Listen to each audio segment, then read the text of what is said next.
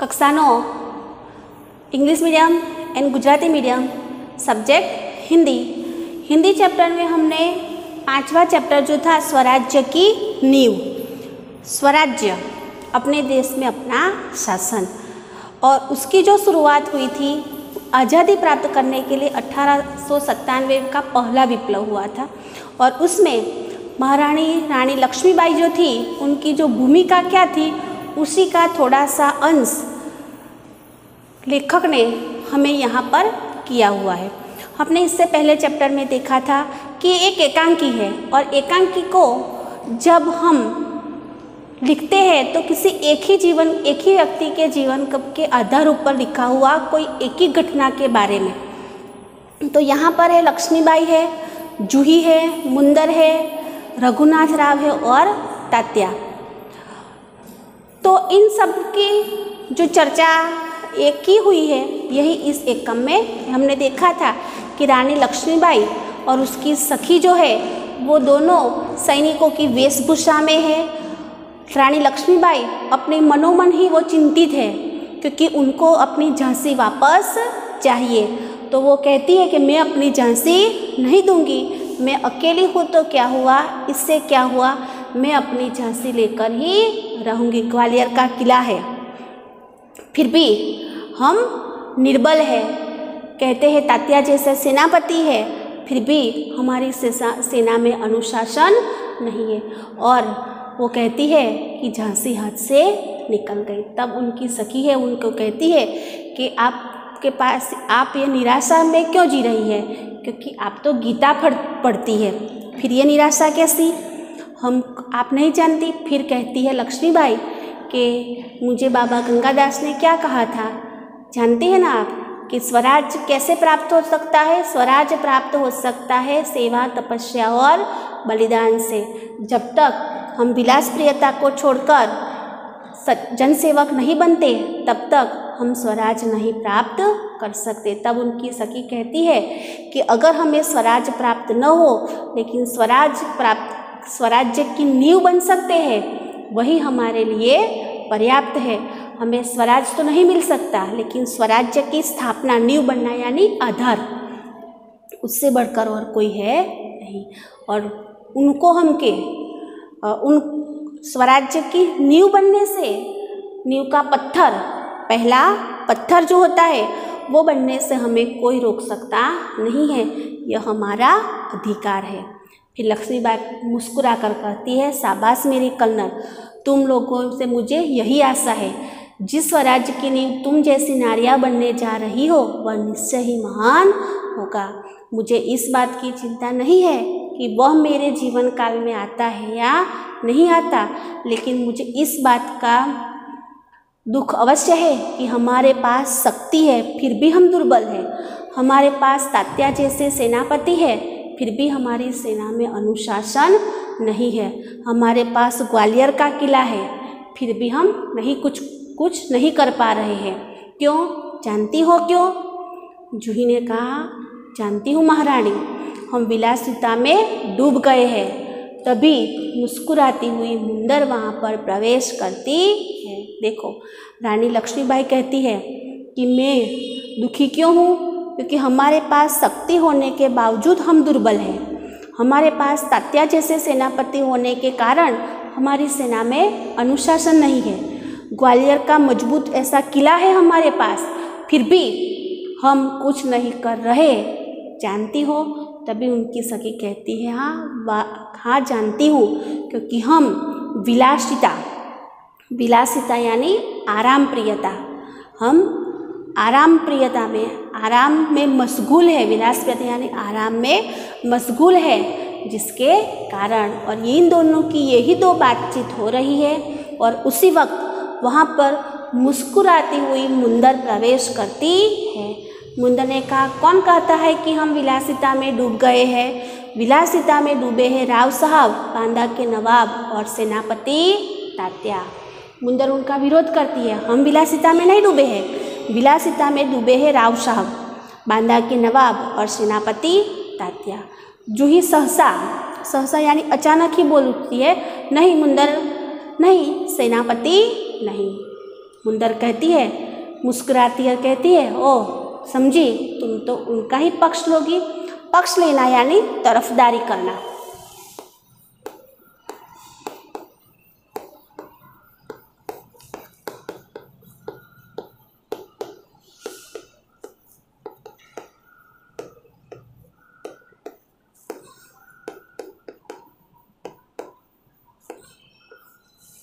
पक्ष लेना यानी उनकी तरफदारी करना।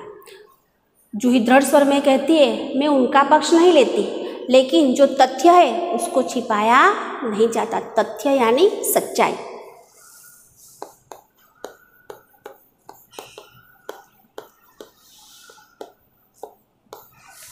मैं उनका पक्ष नहीं लेती, लेकिन जो सच्चाई है उसे मैं कहे बिना भी नहीं रह सकती। सरदार तात्या राव साहब को अपना तन मन का स्वामी मानते हैं। तब मुंदर कहती है, और तुम उनको अपना स्वामी मानती हो? जूही ने कहा, हाँ मैं उनको अपना स्वामी मानती हूँ, मानती रहूँगी, और लेकिन उनसे भी अधिक मैं महारानी को अपना स्वामी मानती हूँ, और महारानी से भी बढ़कर मैं अपने देश को अपना स्वामी मानती हूँ। देश के लिए सरदार को ठुकरा सकती हूँ, ठुकरा चुकी हूँ। देखो मुंदर जो है वो, जूही जो है वो तात्या को पसंद करती है, इसलिए मुंदर ने कहा कि तू उसे पसंद करती है जिसके कारण तो उसी का पक्ष लोगी।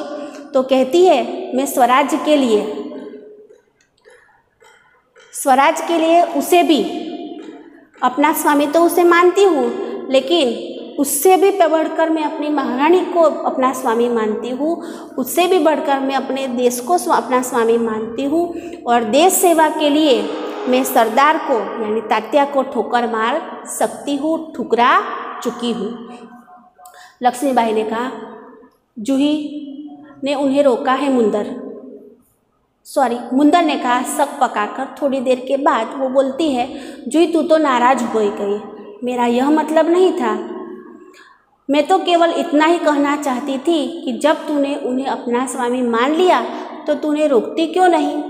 मुंदर का कहना क्या था कि जूही तू तो नाराज हो गई, मेरा मतलब तुझे नाराज करना नहीं था, लेकिन मेरा कहना इतना ही है कि तू अगर उसको पसंद करती हो तो फिर तू उसे रोकती क्यों नहीं।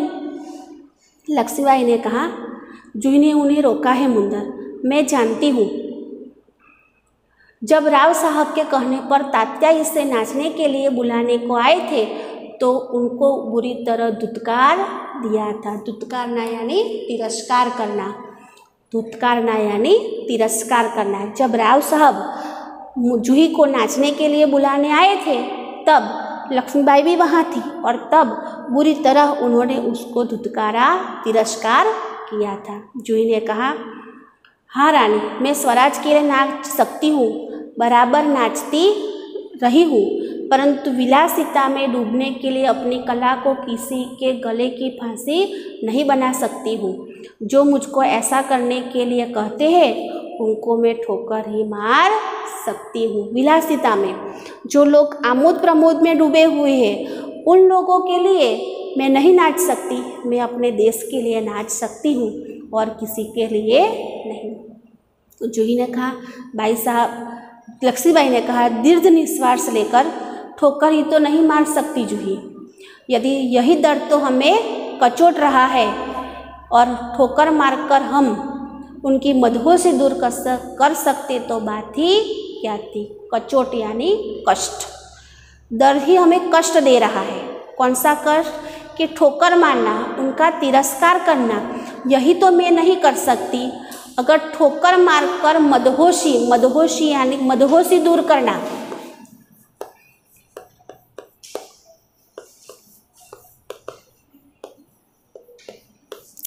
उनको वो लोग जो नशे में है, अगर ठोकर मारकर मैं उनकी मदहोशी ये नशा उतार सकती तो बात ही क्या थी। भाई साहब, जूही कहती है, भाई साहब, मैं औरों की बात नहीं जानती, मुझे आज्ञा दीजिए, मैं ठोकर मारने को तैयार हूँ।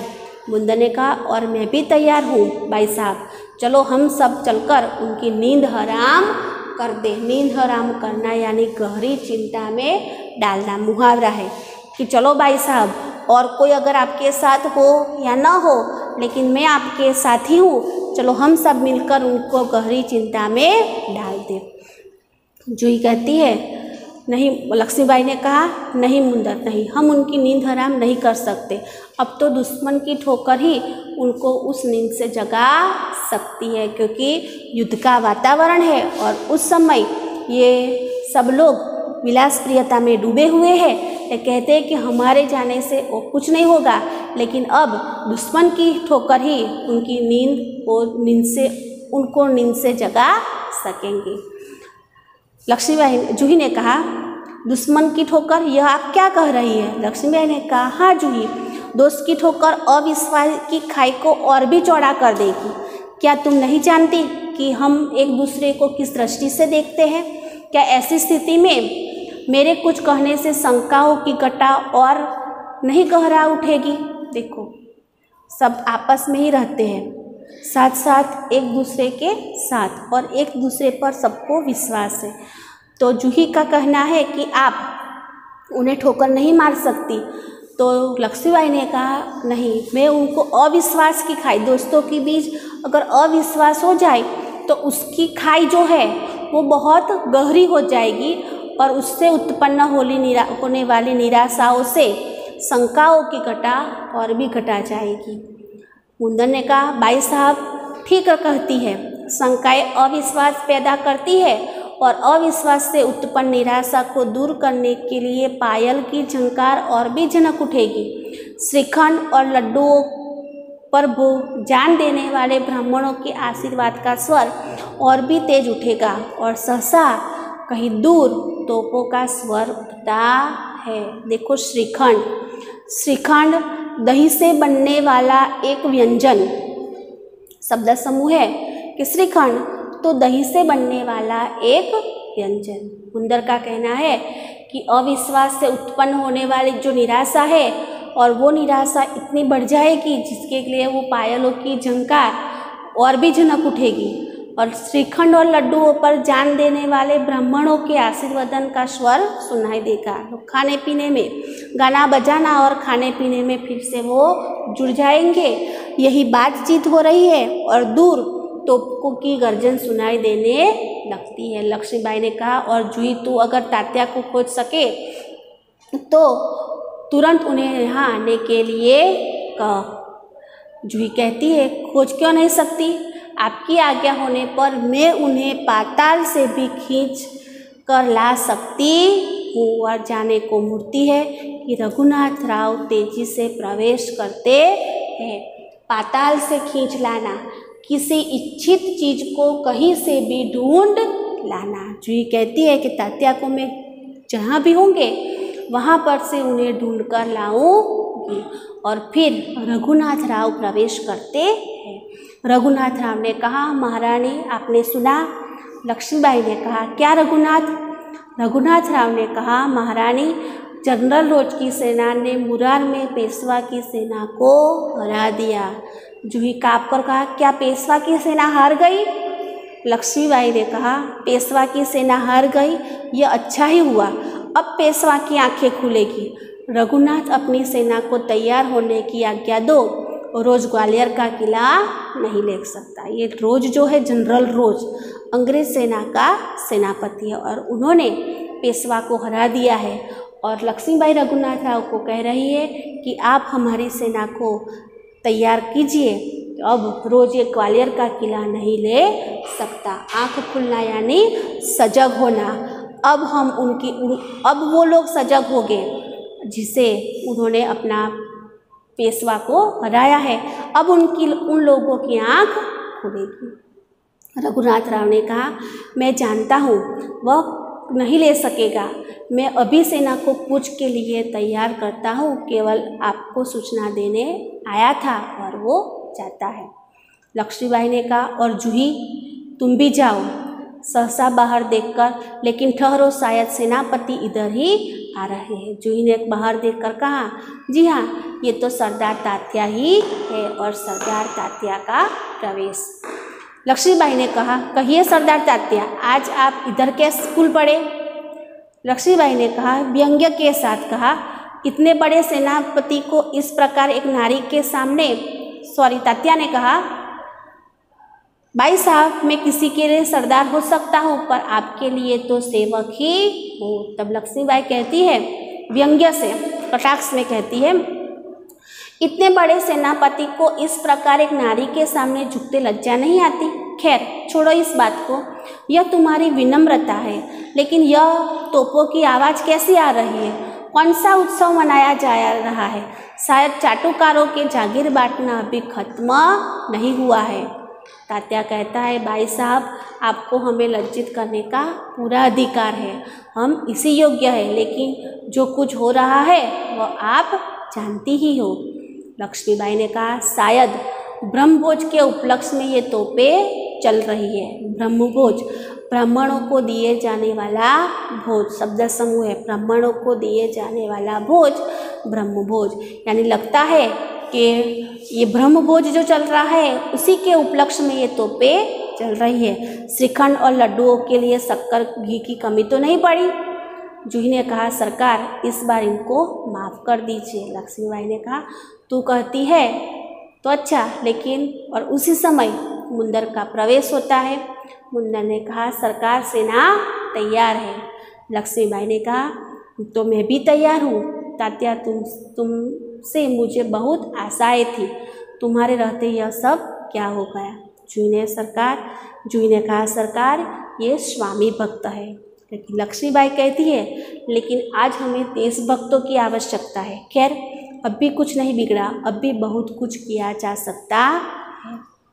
तात्या कहता है, इसलिए तो आया हूँ भाई साहब, आप जो कहेगी वही करूँगा, जो योजनाएं बनाएंगी उसी पर चलूँगा। लक्ष्मीबाई ने कहा, तो जाओ तलवार संभालो, नुपुरों की झंकार के स्थान पर तोपों का गर्जन होने दो, भूल जाओ राग रंग। याद रखो हमें स्वराज लेना है, हमें रणभूमि में मौत से जूझना है। रणभूमि युद्ध का मैदान।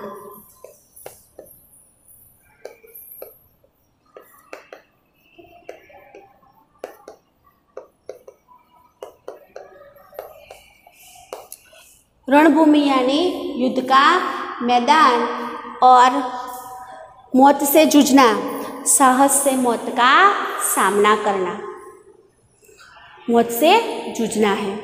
लक्ष्मीबाई ने कहा, तो जाओ चल तलवार संभालो, नुपुरों की झंकार के साथ तोपों का गर्जन भी होने दो, भूल जाओ राग रंग। याद रखो हमें स्वराज्य लेना है और रणभूमि में मौत से जूझना है। तात्या कहता है, महारानी आपकी जय हो, मैं युद्ध के लिए तैयार होकर आया हूँ। लक्ष्मीबाई ने कहा, जानती हूँ, लेकिन सेनापति इस बार यह याद रखना कि यदि दुर्भाग्य से विजय न मिल सकी तो तुम्हें सेना और सामग्री दोनों दुश्मन के घेरे से निकाल कर ले आना है। तात्या ने कहा, ऐसा ही होगा। लक्ष्मीबाई ने कहा, तात्या मेरा मन कहता है कि यह मेरे जीवन का अंतिम युद्ध है। जीत हो या हार मुझे किसी बात की चिंता नहीं, चिंता केवल इस बात की है कि हमारी वीरता कलंकित न हो पाए। तात्या ने कहा, भाई साहब वीरता आपको पाकर धन्य है, आपके रहते कलंक हमारी छाया को भी नहीं छू सकेगा। आज्ञा दीजिए, प्रणाम। लक्ष्मीबाई को यही चिंता थी कि हमारी जो वीरता है वो कलंकित न हो पाए, और वो तात्या को कहती है कि हमारी वीरता कलंकित न हो पाए, और वो जाती है। लक्ष्मीबाई ने कहा, प्रणाम तात्या, मैं सीधी युद्ध भूमि में जा रही हूँ, देर न लगाना। तात्या चला जाता है। मुंदर कहती है, सरकार आज मैं बराबर आपके साथ रहूँगी। और जूही ने कहा, और मैं तोपखाना संभालूंगी। लक्ष्मीबाई ने कहा, और हम सब मिलकर या तो स्वराज प्राप्त करेंगे या स्वराज की नींव का पत्थर बनकर रहेंगे। हर हर महादेव। तीनों हर हर महादेव का उद्घोष करती है। पृष्ठभूमि में यही उद्घोष उभर आता है और मंच पर प्रकाश के धुंधलाते सब कहीं छा जाते हैं। फिर धीरे धीरे शांति छाने लगती है, प्रकाश उभरने लगता है और पृष्ठभूमि में गीता पाठ का स्वर उठता है। तो विद्यार्थी मित्र, आप लोगों ने मणिकर्णिका जो कंगना रनौत की मूवी है मणिकर्णिका, अगर न देखी हो तो आप लेकर देखना। उसमें आप देख सकेंगे रानी लक्ष्मीबाई की शौर्यता वीरता के बारे में। बराबर। Thank you.